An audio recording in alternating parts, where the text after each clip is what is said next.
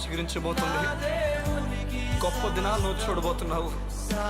నీ యేసుకు సమస్తము సాధ్యమే. గుడ్ మార్నింగ్ దేవుని ప్రియ కుమారుడు, గుడ్ మార్నింగ్ దేవుని ప్రియ కుమార్తె. Special good morning to you.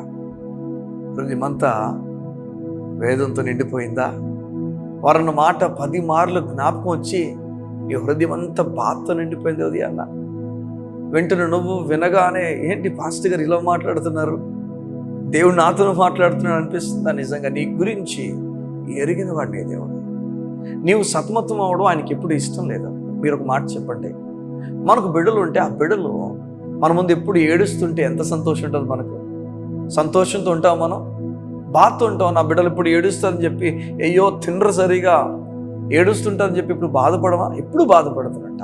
మనం ఎంత బాగా తినేసిన వాళ్ళు అనుకుంటాం ఇంకొంచెం తినేసిన బాగున్నే, వారు సరిగా తినలేదని అంటాం తప్ప బాగా తినేశారని చెప్పి మనం చెప్పాం. సగం వినండి, మన బిడ్డల పట్ల మనకు అంత ప్రేమ అంత ఆప్యాయతలు ఉంటే దేవునికి ఇంకెంత ప్రేమ ఉంది. లేఖనాలు మాట్లాడుతున్నాయి, ఒకరిని కన్న తల్లిని వాడిని కనేసి మర్చిపోతుందా? మర్చిపోవచ్చేమో కానీ నేను మాత్రం నిన్ను ఎప్పుడు విడువను, నిన్ను మర్చిపోను దేవుడు చెప్తున్నాడు. ఈ ఉదయాన్న ఈ లోకాన్ని లోకపు ప్రేమలను లోకపు విషయాలను తలంచుకొని హృదయపు విషాదంతో నిండిపోతాను. నువ్వు లవ్ ఫెయిల్ అయిన వ్యక్తివేమో, లవ్ ఫెయిల్యూర్ అయిన వ్యక్తివేమో, ప్రేమించి మోసపోయావేమో, ప్రేమ బలమైందని ఈ లోక ప్రేమ వైపు తిరిగి మోసపోయావేమో. ఈరోజు కాకపోతే రేపు, రేకపోతే ఎల్లుండి కాకపోతే అవతలనాడు ఖచ్చితంగా మోసపోతాం. మోసం అనేది ఈ లోక ప్రేమలో ఉన్నది. ఈరోజు దేవుడు నీతో మాట్లాడుతున్నాడు. ఈ లోక ప్రేమల వైపు వెళ్ళిపోతు, నువ్వు ఈ లోకపు విషయాల వైపు వెళ్ళిపోతావు. ఈరోజు లోక ప్రేమలు ఎంత దారుణంగా ఉన్నాయి చెప్పండి. పెళ్లి ఇంతకుముందు అయితే పెళ్లి కాని ఇద్దరు ప్రేమించుకున్నారన్న మాట వచ్చేది. ఇప్పుడు పెళ్ళైన వ్యక్తి ప్రేమిస్తున్నాడు, లేదా పెళ్ళైన ఆమెను పెళ్లి కానివాడు ప్రేమిస్తున్నాడని ఎన్నెన్నో లోక ప్రేమను చూడండి ఎంత మారిపోయిందా. లోకము కూడా దానికి ఆమోద పలుకుతూ లోకము కూడా దానికి ఓకే అనేస్తున్న రోజుల్లో మనం ఉన్నాం. సంగమ దేవుని నియమాలు లేఖనాల ప్రకారంగా లేఖనాలు చెప్తున్న మాటలు మనం ఇప్పుడు తప్పిపోకూడదు. లేఖనాలు మనతో మాట్లాడుతున్నాయి, నీవు పరిశుద్ధంగా ప్రభు కొరకు బ్రతకాలి. ఈరోజు ఆ పరిశుద్ధమైన బ్రతుకు మిస్ అయిపోతున్నావేమో. దేవుని కోసం బ్రతకడం మిస్ అయ్యి లోకం కోసం బ్రతుకుతున్నామో. జాగ్రత్తగా ఉండాలి, ఎందుకంటే మన పిలుపు నిశ్చిత మనకు ఉండాలి. మనం ఈ లోకం కోసం బ్రతికినప్పుడు గుర్తుపెట్టుకోవాలి, అసలు మనం నిజంగా ప్రభుని అంగీకరించామా లేదా? మనం కేవలం రుచి చూచి వదిలేస్తున్నామా లేదా అందులో కొనసాగుతున్నామా? జాగ్రత్తగా ఉండాలి, ఎందుకంటే మన ప్రాణం ఈ లోకంలో ఎప్పుడు విడిచిపెడతామో మనకు తెలియదు.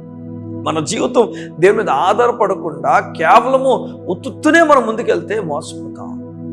సగం ఈ లోకం కొరకు మాత్రమే మన దేవుని నమ్మితే అంతకన్నా దౌర్భాగ్యం ఇంకోటి లేదని లేఖనాలు మాట్లాడుతాను. నాకు అది ఇవ్వు, ఇది ఇవ్వు, ఇది చేయి, అది చేయు, ఇవి ఇవ్వు, అవి ఇవ్వు అని చెప్పి వీటి కొరకే కొందరు పెళ్లి కొరకు, కొందరు ఈ లోకంలో విషయాల కొరకు, ఏ విషయం కొరకైనా మీరు ఏ విషయాల కొరకైతే దేవుని మీద ఆధారపడతారో, ఈ లోక సంబంధమైన విషయాలు ఏ విషయాల కొరకైతే దేవుని మీద ఆధారపడతారో, దేవుడు అంటాడు వీటి కొరకే నువ్వు నా దగ్గరకు వస్తే మోసపోతున్నావు.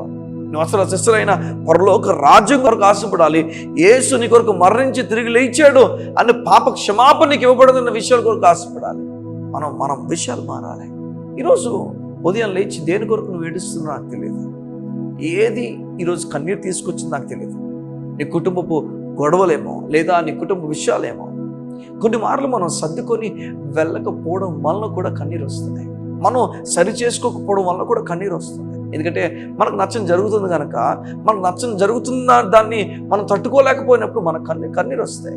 మనకి ఇష్టం లేదు కనుక, మనం సెట్ అవ్వలేకపోతున్నాం కనుక, దాన్ని మనం సహించలేకపోతున్నాం కనుక కన్నీరు వస్తుంది. కానీ అదే ఒకసారి మన మనసు ఫిక్స్ అయితే, ఓకే నేను ఇంకా సహిస్తాను, నేను దేవుడు నా కార్యం చేస్తే సహిస్తాను. ఎందుకంటే అన్న సహించలేకపోయింది మొదట. ఆమె ఎంతో బాధపడింది, ఎంతో వెక్కసం అయిపోయింది ఆమె జీవితం. పెరిగినంటున్న మాటలు ఆమె హృదయం అంతా బాధతో నిండిపోయింది ఆమెకు. అలాంటి ఆమె ఆ రోజు తినకుండా బాధపడుతున్నామే మరలా ఇంకో గంటలో ఆమె తిన్నదండి. ఆమెకేమి బిడ్డలు పుట్టలేదు, అప్పటికి ఆమెకి ఏ కార్యం జరగలేదు. కానీ లేఖనాలు మాట్లాడుతున్నాయి, ఆమె సంతోషంతో భోజనం చేసింది, తనకు తానుగా వెళ్ళింది, వడ్డించుకుంది, తిన్నది, తిని ఇంటికి హ్యాపీగా వెళ్ళిపోయింది. కానీ ఇంతకుముందు అన్న ఈమె కదా, ఇప్పుడు తింటున్న అన్న కూడా ఈమె కదా.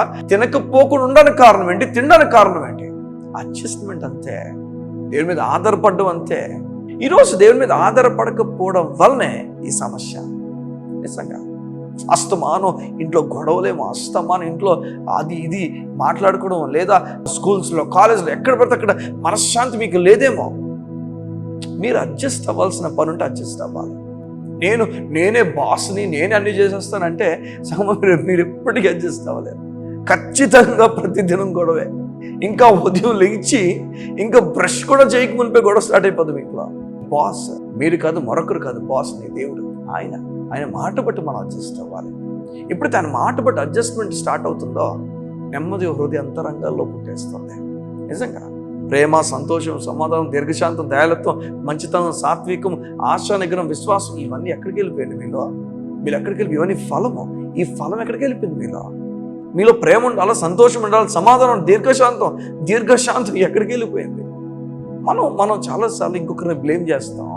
ఈరోజు ఒక సమయం మనకు మనంగా బ్లేమ్ చేసుకోండి. నేను ఏమైనా సరి చేసుకోవాల్సింది ఉందా, నేను ఏదైనా సరి చేసుకోవాల్సింది ఉందా, ఆ సరి చేసుకోవడానికి ఇష్టపడుతున్నాను అని చెప్పి ఎవరైతే సరి చేసుకుంటారో ఈరోజు మీ జీవితంలో ఊహించని మలుపు తిరగబోతుంది. కళ్ళు మూసుకొని మీకోసం ప్రార్థన చేస్తాను. మీ జీవితం ఈరోజు మార్చబడబోతుంది. దేవుని కార్యం చూడబోతున్నారు మీరు. కళ్ళు మూసుకొని, మా తండ్రి నీకు వందనాలు. నీ ప్రత్యేకమైన నెమ్మది, ప్రత్యేకమైన బలము, ప్రత్యేకమైన సమాధానం నీ బిడ్డలు ప్రకటించుండగా వారు ఊహించిన నెమ్మది వారు పొందుకున్నట్లుగా సహాయం చేయండి. నీ వాక్యపు బలముతో వారిని ఆవరించండి. నీ వాక్యపు సన్నిధితో వారిని నింపండి. అయ్యా ఈరోజు మీరు మాట్లాడుతున్నారు వారితో. వారు ఏడుపు కారణం కొన్ని మార్లు వారు లోబడకపోవడం వల్లే, వారు సరి చేసుకోకపోవడం వల్ల సరి చేసుకొని మీ వాక్య ప్రకారంగా నిలిచే వ్యక్తులుగా వారిని చేయండి. బలమైన కార్యం వారికి జరిగించండి. నీకు మాత్రం మేము తెలియజేస్తాం. నీ బట్టి వారి జీవితాన్ని చూసే వ్యక్తులుగా చేసి నడిపించబడదు. యేసునామమున ప్రార్థించుచున్నాం తండ్రి. ఆమేన్. ఆమేన్. చెప్పడం ఒక మాట, హన్నా ఎందుకని ముందుకు మానేసింది తినడం, తర్వాత ఎందుకని తిన్నది? ముందు తినకపోవడానికి కారణం ఏంటి, తర్వాత తినడానికి కారణం ఏంటి చెప్పండి. ముందు తినకుండా ఉండడానికి కారణం పెనిన్నా, ఇప్పుడు తినడానికి కారణం దేవుడు. పెనిన్నా మారలేదండి, హన్నా మారింది. చూడండి, మనం ఈ కథలో పెనిన్నా మారాలి, ఇలాంటి ఆమె ఉండకూడదు, ఇలాంటి ఆమె ఉండకూడదు అనుకుంటాం. కానీ పెనిన్నా కాదు మారాల్సింది, హన్నా మారాల్సిందే. ఆ మాటకు వస్తే మీరు మారాల్సిందే, మిగతా వారు కదా మారాల్సిందే. మీరు మారితే సొల్యూషన్ జరిగిపోతుంది. God bless you. See you tomorrow.